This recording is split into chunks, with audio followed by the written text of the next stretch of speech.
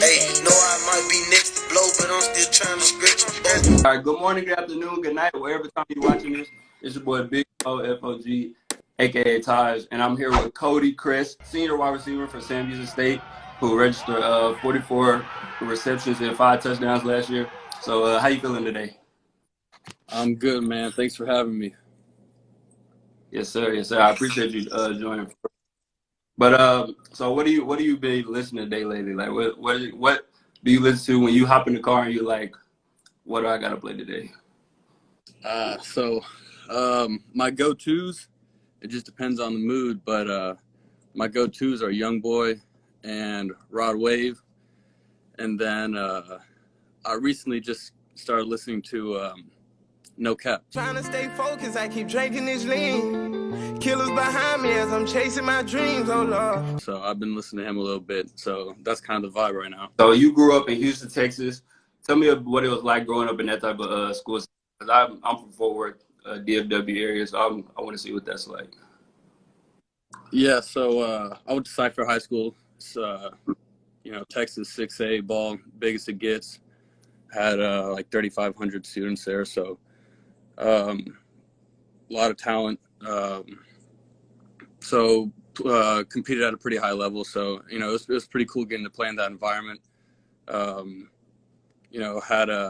Cypher is pretty known for having a good fan base, so it was a cool experience. Pretty thankful for it. Surprisingly enough, I didn't have the best high school career.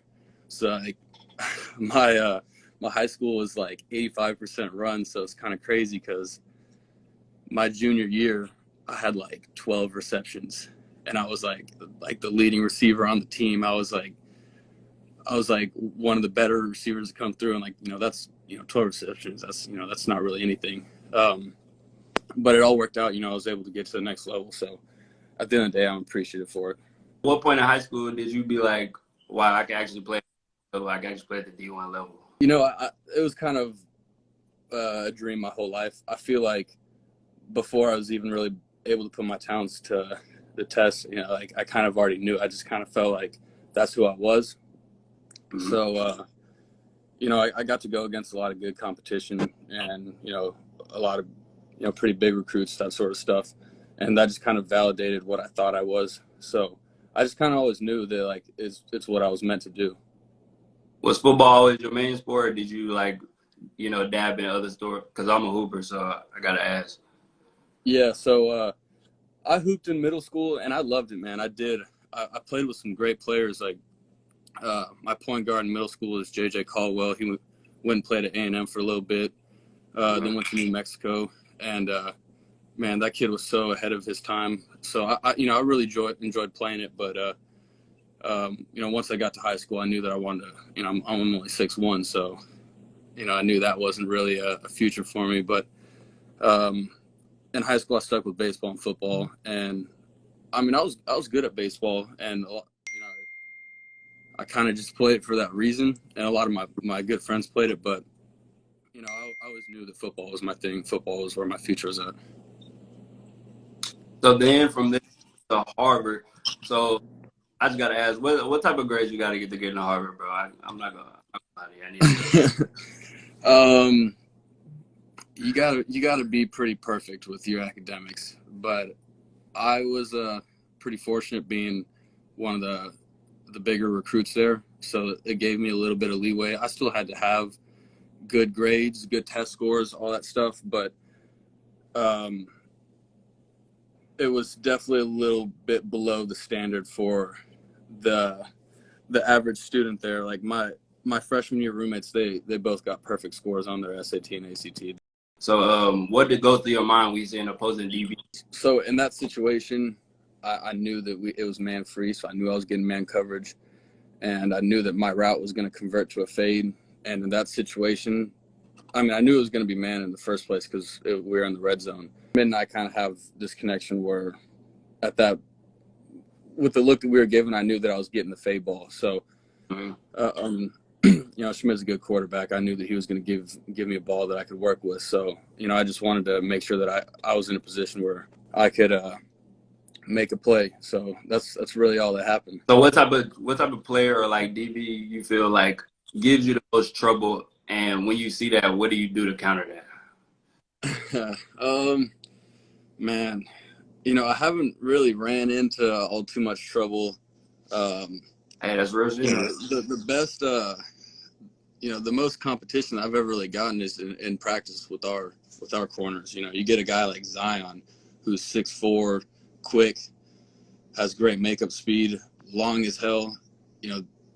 That's whenever I have to dig a little deeper into my bag because, he's got a little longer reach than me, so he can disrupt my releases. And even if I get him, he's got good makeup speed. But, it's good going against a guy like that because, we just compete, make each other better. So coming out being a national champion, what does that feel like after y'all actually win, even though it was during a pandemic? It's crazy, man. That's something that I always dreamed about. And, when I committed to grad transfer here, like that was all I was telling all my people was, I think we're going to go win a natty. I think we're going to win a natty. So it's crazy that, it all worked out that way. But, now that we like, it's crazy because we were a brand new team. Like it was full of transfers, full of new starters. And that was like, we didn't really know, we knew that we were talented, but we didn't know like really how good we were. What you can accomplish. Yep. So, now that we had that season and, we were able to accomplish what we did and we're all back together, everybody's returning, like, we're only going to get better. We really know what we're capable of. So we're looking to run it back. Yeah, that's what I was going to say. I feel like after you already like done tasted it, I feel like y'all all on the same page now. Like it's more like continuity with it. Yeah. And it's not even in question if we can win it or not. Like that is the expectation. What would you say to young wideouts looking to play at the D1 level? You got to fall in love with the work. You really do. I mean, very few get to this level or even the next level just based off pure skill. And, I never really got the success that I wanted until I really understood the type of work that is necessary to get to this level. And it's something that I take pride in. Every single year I've played, I feel like I've gotten significantly better. And that's just not, natural. I have natural abilities, but, I'm by no means this type of player because of my natural abilities. I take a lot of pride in the work I put in. So that's something that I really would encourage people not to neglect. Who would you say your favorite NFL team? My favorite team? Yeah, your favorite NFL team. It's tough saying this because I'm from Houston, but I gotta go with the Packers. All my parents both grew up in Wisconsin. All my extended family lives in Wisconsin, so I got ties up there. And growing up, I was a huge Brett Favre fan. Now I love Aaron Rodgers. I love Devontae Adams. That's kind of who I model my game after. So, that's my team. But I still have a lot of love for the Texans.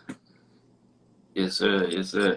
So with that being said, I know you got the news on the last game against the Saints, that 38-3. What do you think? What happened?